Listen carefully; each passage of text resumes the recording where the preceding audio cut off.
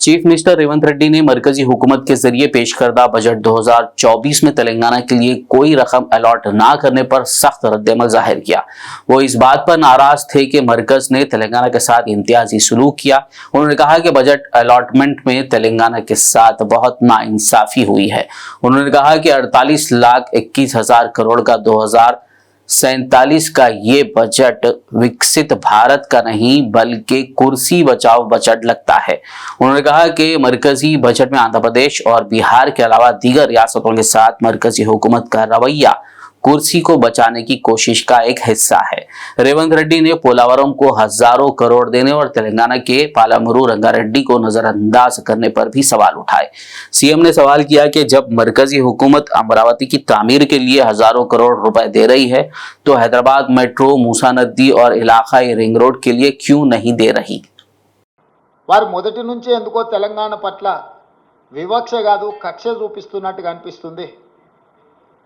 గతంలో కేంద్రంలో ఉండే ప్రభుత్వాలకు ప్రతిపక్ష పార్టీలు అధికారంలో ఉన్న రాష్ట్రాల పట్ల వివక్ష చూపిస్తారని చర్చ జరిగితే అది ఎట్లుంటుందో మాకు అర్థం కాలేదు. కానీ ఇప్పుడు నరేంద్ర మోడీ గారి ప్రభుత్వము వివక్ష కాదు కక్షాపూరితంగా తెలంగాణ ప్రజల పట్ల వ్యవహరించింది అని చెప్పి స్పష్టంగా మా ప్రభుత్వం భావిస్తున్నది.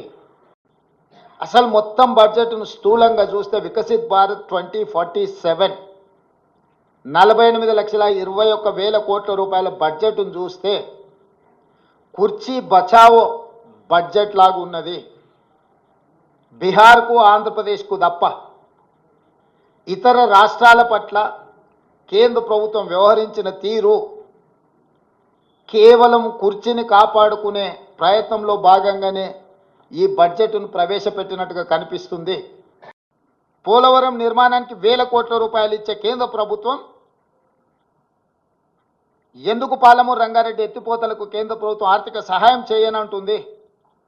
అమరావతి నిర్మాణానికి 1,000 కోట్ల రూపాయలు ఇస్తా అంటున్న కేంద్ర ప్రభుత్వం హైదరాబాద్ నగరంలో మెట్రో విస్తరణకు కానీ, మూసీ రివర్ డెవలప్మెంట్ ఫ్రంట్కు కానీ, రీజనల్ రింగ్ రోడ్ కోసం కానీ, వరంగల్లో ఆదిలాబాద్లో ఏర్పాటు చేయాలనుకుంటున్న ఎయిర్పోర్టులకు ఎందుకు ప్రత్యేకంగా నిధులు ఇవ్వరు అని చెప్పి కేంద్ర ప్రభుత్వాన్ని తెలంగాణ రాష్ట్ర ప్రభుత్వం ప్రశ్నిస్తున్నది.